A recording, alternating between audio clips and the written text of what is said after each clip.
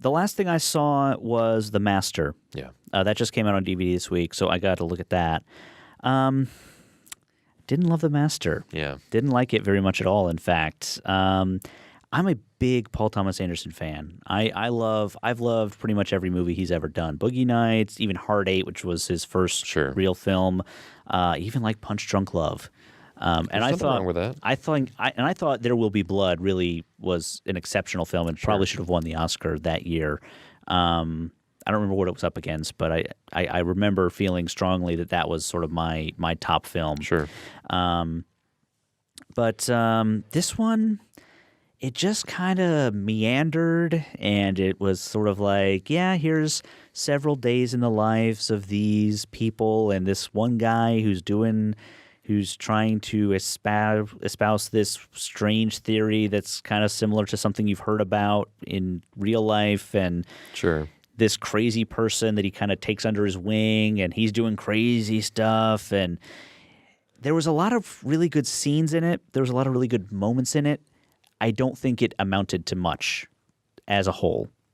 So that was not great for me. However, there was a lot I liked about it. So Joaquin Phoenix, he has a total transformation. I really thought he was great in the film. I liked that it sort of at first you're thinking like as the story develops, you're sort of like, okay, this is sort of like a normal, like he's taking him under his wing and who knows what's going to happen. And then like the crazy stuff starts. Sure. And then it's like, oh yeah, here's my method of making you better. And this is like your 18th life. And this is just the vessel you're in. It's like, what is going on? Yeah. It just kind of slowly reveals that. Well, it kind of deals with the fact of like how much crazy can you handle? Yeah. Like, okay, like so you're getting in small dosages, but you're, what's the last little bit that you can take before everything kind of just falls apart? I think it plays that really well. Well, and I think the other thing that I sort of picked up on later on in the film was that at first you kind of feel like it's about how Joaquin Phoenix's character, Freddy, is being affected by the master. Sure. Philip Seymour Hoffman. But it's also just as much about how Freddy is affecting Philip Seymour Hoffman during the film. And that's what James was talking about during our Oscar podcast, was that he and I both agreed that we felt like it was more so like those supporting or main roles could have been flipped.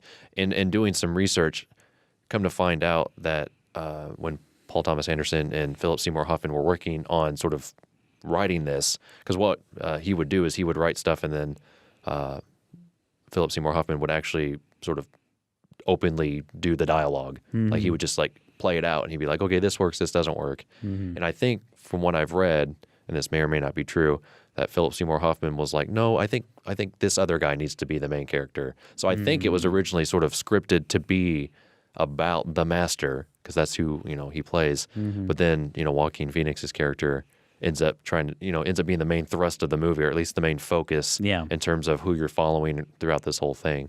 So I found that kind of interesting and potentially helpful, knowing that, especially after the fact, that this was a lot of stuff left over from There Will Be Blood, just this stuff that he had been wanting to do in that movie, but didn't really find a place for it. Because there are kind of some parallels, I thought. There's kind of a father-son dynamic that's played out way more in The Master than it ever was in There Will Be Blood. Because you don't really get a lot of that except for in the last half of There Will Be Blood. You get kind of that father-son dynamic. Whereas in this movie, pretty much from the beginning, you get this really odd sort of like, I'm taking you under my wing. Yeah. I'm going to advise you. I'm going to help you through your problems. Because you do learn that Joaquin Phoenix's character, his parents are no longer around, and he's kind of a loner.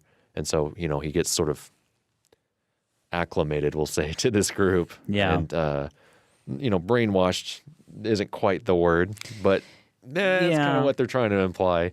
There is some Scientology, stuff mixed in there, and everybody, that has read about the movie knows about that. Yeah.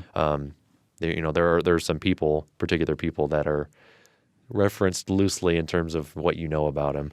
And I think I would agree with you that it's not quite, the best that it could have been, but I kind of like what they were trying to do with the crazy, like we'll give you the crazy, and we'll go full blown crazy. I mean, there's moments where you're just like, what? Like, Well, why is he doing this? The scene in the prison Yeah, is exactly. amazing. Yeah, I it mean, is. that's probably the best scene in the film. Yeah, I would agree. You know, and just the way, I think it's one thing to see Joaquin Phoenix play it so crazy, and then to see what Philip Seymour Hoffman is doing, Right. and it's all played in one shot Yeah, for and extended period of time. Bringing him back down to earth, you Yeah. could say. Well, that's Yeah. ironic, but Yeah. exactly. Like he just, you know, that scene, he just like completely comes unraveled, doesn't try, like he just completely like throws everything that he's, you know, Philip Seymour Hoffman sort of tried to convey to him, just throws it all under the bus, loses it, Yeah. and then comes back down, and you're like, Yeah. really? Like, okay, you know, Yeah. it really, I mean, it's honestly, it's sort of the battle of who can act best. Yeah. At times, you're just sort of like, okay, who's going to give who leeway here Yeah. to sort of run with that trophy for a little while, that torch, you could say. So, and again, I don't know, like, you know, Amy Adams, it's like it doesn't make, there's plenty of other performances that could have been nominated. Well, I guess I could see them sort of saying, let's nominate the best actress in this film, or the only real actress in this film, the only female Laura role Dern in is this in film. it as well. That was definitely a supporting role, and I thought she did some more interesting Right. stuff. But Compared to what Amy Adams did. yeah, So I don't know. it's just, you know, I wouldn't have nominated her myself, but Sure. you know, why not? so I don't know. I think I probably liked it a little bit more than you did. Yeah. But I can see why you probably didn't sort of get so latched onto it. And I Yeah. can honestly see that's why probably it didn't get as much sort of accolades Yeah, for award season. Yeah. Because it's a little bit of a weird movie. Yeah. It is. I mean, I think honestly, for how long it is, There Will Be Blood is a little bit more mainstream. Oh, yeah. At least in terms of who can watch it and sort of find something in it. Mm-hmm. I mean, there's a reason why they show it on like FX now. yeah, Like pretty much uncut. Like there's like it's like a 4.5 hour presentation of There Will Be Blood or Yeah. whatever I've seen it on TV. Whereas this, you know, plays a little bit different to a different kind of audience, I think. Yeah. And that's just Paul Thomas Anderson. I mean, he can go like Boogie Nights, you Yeah. know, which is very accessible but still has its very like not Hollywood moments. Oh, absolutely. But then, yeah. you know, things like There Will Be Blood, The Master, sort of more recent stuff. Yeah. Punch Drunk Love is a perfect example of that. Not mainstream whatsoever, but still very, you know, interesting to watch. Yeah. So, and he's clearly proven that he knows how to, you know, direct actors. Oh, yeah.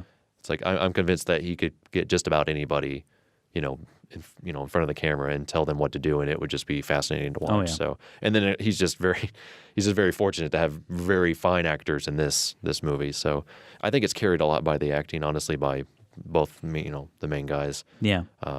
Different people in the role. I read that Jeremy Renner was supposed to be originally in the Interesting. the role. Philip Seymour Hoffman pretty much was there from the beginning, I'm Yeah. sure, but there have been other people, and even the supporting female roles had a lot of different people in it. And I'm kind of like, I'm kind of glad they latched onto the people they got, because I think it may have been a different kind of movie. Yeah. But A Place for Film is recorded at WFIU Studios in Bloomington, Indiana.